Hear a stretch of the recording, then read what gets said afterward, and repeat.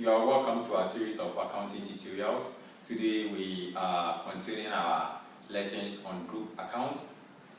I am going to discuss the principles of consolidation. In our previous studies, we saw the introductory aspects of group accounts. We saw who a parent is and we saw who a subsidiary is. And we saw the key elements of a parent-subsidiary relationship has to do with control.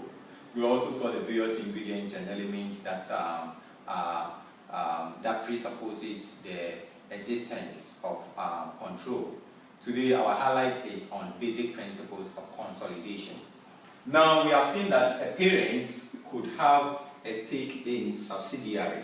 For the purpose of parent-subsidiary relationship, we've seen that basically we should have more than 50% equity interest in the subsidiary. So let me assume that for the purpose of our illustration, parent has acquired about 80% equity in subsidiary. If parent owns 80% equity interest in subsidiary, who owns the rest? Who owns the 20%? The 20% is for those called the non-controlling interest.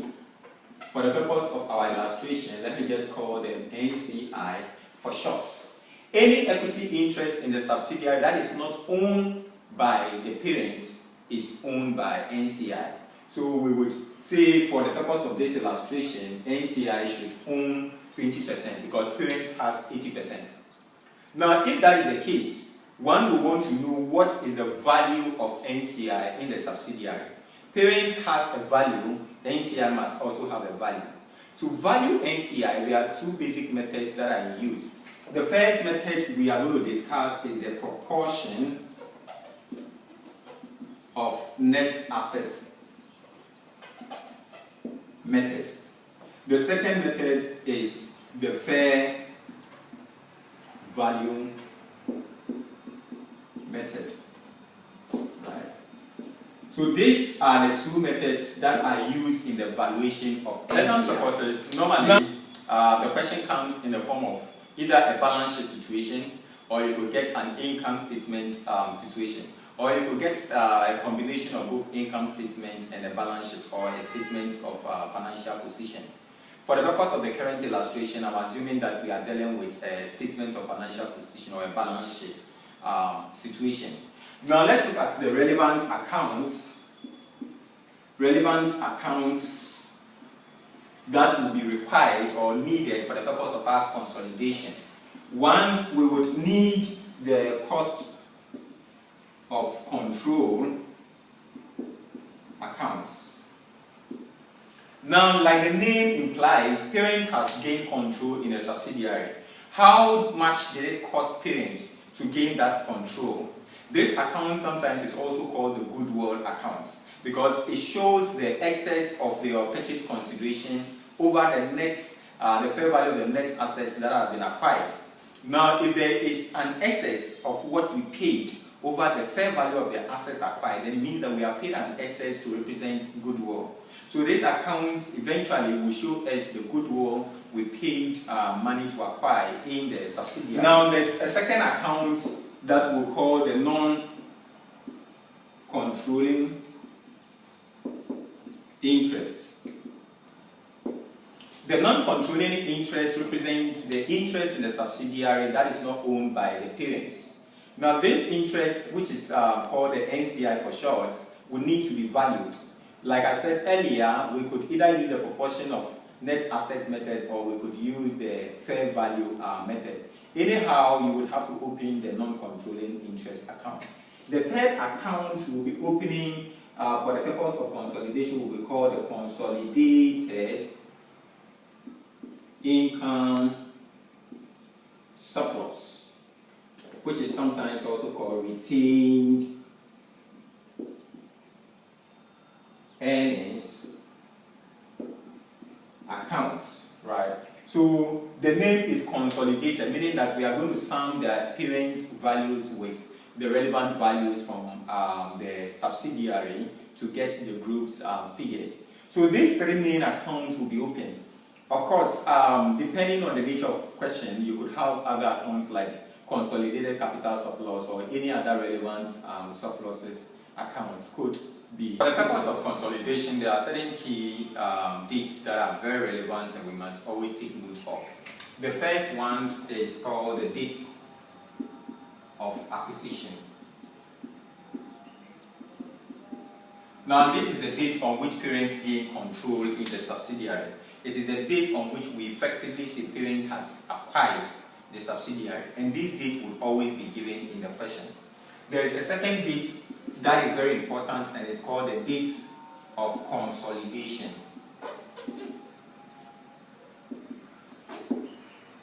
Now, in terms of question, normally we may have acquired the subsidiary some time back, and we have the end of our current accounting period. We may be required to do the consolidation at the end of the current accounting period. What we need to appreciate is that in terms of consolidation, parent would have prepared a separate financial statement and subsidiary will also prepare a separate financial statement. They both may have a common date for the purpose of consolidation, and we will be required to put the financial statements of the two individual entities together. So in terms of consolidation, we are interested in knowing the date on which we are consolidating. Let me use for this illustration, assuming that we acquired this company on 1/1/2013. If we acquired this company in 1/1/2013, that's 1st January 2013, and we are doing the consolidation, let's say on 31st December 2014, the question we need to ask ourselves is, how many months elapsed before we came in to consolidate? We are required to do the consolidation on 31st December 2014. Meanwhile, acquisition was on 1st January 2013, meaning that after acquisition, there was about 24 months before we consolidated. So if there are 24 months, there is no much accounting problem. We are going to do the consolidation after 24 months. The problem arises when the dates for consolidation in terms of number of months after acquisition is less than 12 months. If it is less than 12 months, then it means that acquisition of the subsidiary was effected in the course of the year. If that is the case, we need to do some apportionments of the current year's profits. But for the purpose of our illustration here, it is 24 clear months, which is more than 12 months. So we don't have any issue. We can progress with our workings. There are certain things that will be acquired. If a parent is acquiring a subsidiary, we normally say parent has acquired equity interest in the subsidiary. The equity interest could be equity share capital. So the 80% stake parent has in subsidiary, it means that parent has 80% in the equity share capital of subsidiary. Parents also have 80% of the income surplus, which is also called the retained earnings of the subsidiary. If subsidiary has, say, capital surplus, it means parents also has what? 80% stake in it, right? So 80% stake in subsidiary means that you have 80% in the equity capital plus the surpluses of the subsidiary. We are interested in knowing this makes up the surpluses, right? We are interested in analyzing the surpluses of the subsidiary into two main groupings. That is the surpluses available before we acquired the subsidiary. We'll call it the pre-acquisition surplus. Then we also have the surpluses made by the subsidiary after we acquired it, which we'll call the post-acquisition surplus. So prior to acquiring the subsidiary, did the subsidiary had any surplus? All the surpluses available prior to acquisition will be called pre-acquisition surplus. So under pre-acquisition surplus, there can be income surplus, there can be capital surplus, there can be revaluation surplus, etc., depending on the question. When you come to post-acquisition too, there can be income surplus, capital surplus, revaluation surplus, etc. Now, it must be noted that you may not necessarily have all the surpluses in the question, but most often than not, you would have income surplus. So, at the time of acquisition, did we have any income surplus? That income surplus is called pre-acquisition surplus. Then, after acquiring the subsidiary, did the subsidiary make any additional income surplus? So, the additional income surplus or the additional surplus made by the subsidiary after acquisition is what we call the post-acquisition surplus.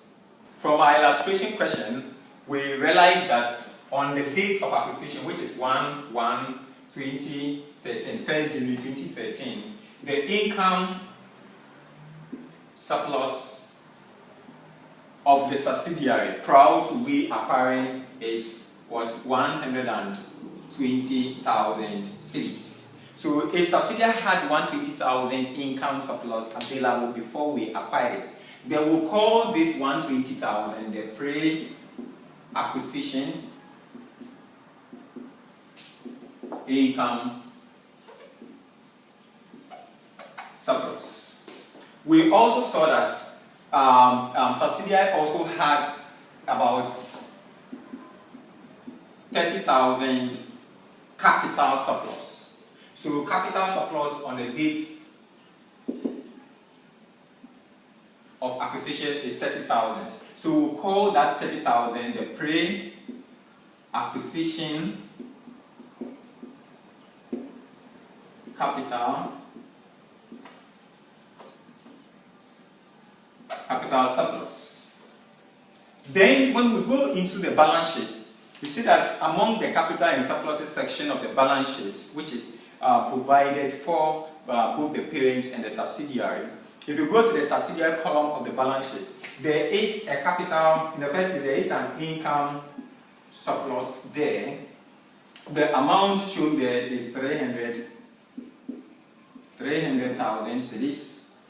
This is the income surplus on the date of consolidation. So we will say this is income surplus. Let me just represent it with IS. On date of consolidation. So if income surplus on date of consolidation is 300 and income surplus on date of acquisition is 120, which we call the pre-acquisition income surplus, then the question is, let's find the difference between the two. On the date of acquisition, we had 120,000. After acquisition, when we came to 31st December 2014, the income surplus, which is a cumulative figure, has risen from 120,000 to 300,000. Meaning that income surplus has increased by how much? 180,000. This 180,000 is what we call the post-acquisition income. So to derive the income surplus, the post-acquisition income surplus, we just have to take the income surplus on the dates of consolidation, which in our case is 300, and deduct the income surplus on the date of acquisition, which we call the pre-acquisition income surplus of 120,000 from it. The difference of 180,000 is what we call the post-acquisition income surplus. What we need to show or know is that all these income surplus plates, 80% of it in our illustration belongs to the parent, and 20% of it belongs to non-controlling interest, or NCI for short. For the purpose of consolidation, what we need to appreciate is the split between pre and post. Because all pre-acquisition surpluses were available before we acquired the subsidiary. So any amount we pay goes to acquire pre-acquisition surplus. Post-acquisition surpluses came in after acquisition. So what we paid at the time of acquisition was not for post-acquisition surplus, but it was for pre-acquisition surplus. It also implies that if I want to know the fair value of the assets I am acquiring, I don't have to consider the post-acquisition surplus. Instead, I have to consider only pre-acquisition surplus. So if we are going to compare the cost of investment, the price we paid, the purchase consideration for the subsidiary with any surplus, with any equity interest, it must be compared with the pre-acquisition equity interest.